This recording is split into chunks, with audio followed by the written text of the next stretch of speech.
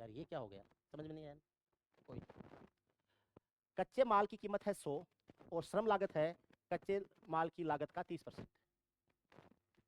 एक तो होता है कच्चा माल, एक होता है श्रम लागत। कोई प्रोडक्शन यूनिट है, वहां पर किसी चीज का प्रोडक्शन हो रहा है, तो लागत किस किस चीज की आती है?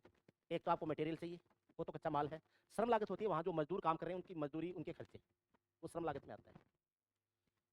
कच्चे माल की कीमत है, उसका 30% आपका श्रम लागत है, तो टोटल खर्चा बनता है 130 का।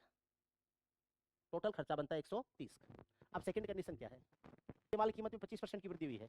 अब तो कच्चा माल है ना, वो 125 का हो गया।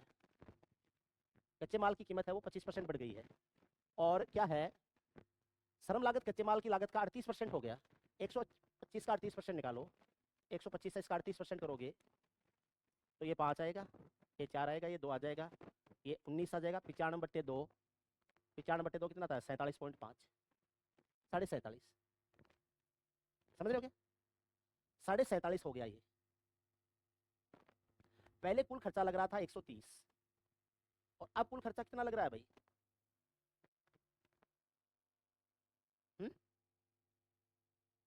172.5 जोड़ लिया क्या? 172.5। अब खर्चा लग रहा है 172.5।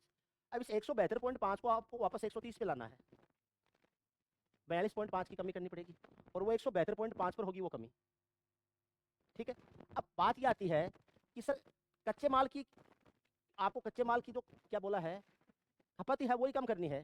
तो कच्चे माल की खपत कम होगी तो उसी के रेशो में आपकी जो श्रम लागत है वो भी तो कम हो जाएगी, तो दोनों की में कमी हो जाएगी। तो इसका एक साथ योग यूज कर सकते हैं। ये आ जाता है 42.5 ने, और ये आ जाता है 172.5 और इंटू कर देते हैं 100। 25 से काटो इसको, डेसिमल से डेसिमल गया, 25 से कम 25, कितना बच गया? 17। 25 7 175, 25 का 17 गुना ही तो होता है। 25 के 150, कितना बच गया? 25 का 9 गुना 225, ये 69 आ गया। 1700/69,